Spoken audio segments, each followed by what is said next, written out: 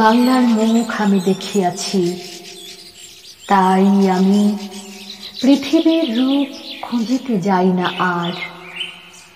অন্ধকারে জেগে উঠে ডুমুরের গাছে চেয়ে দেখি, ছাতার মতন বড় পাতাটির নিচে বসে আছে ভোরের দোয়েল পাখি।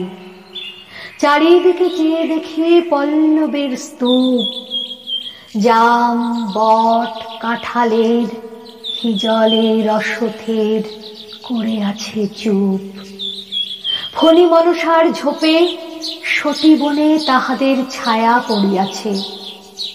মধুকর ডিঙা থেকে না জানি সে কবে চাঁদ চম্পার কাছে এমনি হিজল, বট, তমালের নীল ছায়া বাংলার অপরূপ রূপ দেখেছিল।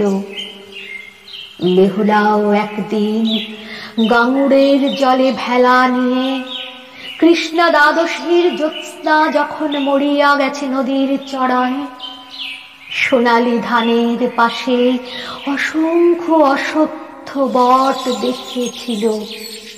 হায়, শ্যামার নরম গান শুনেছিল।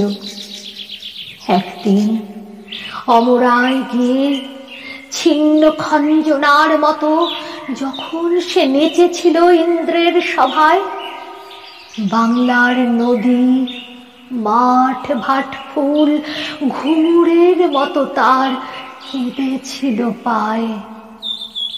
বাংলার নদী, মাঠ, ভাট ফুল ঘুঙুরের মতো তার কেঁদেছিল পায়।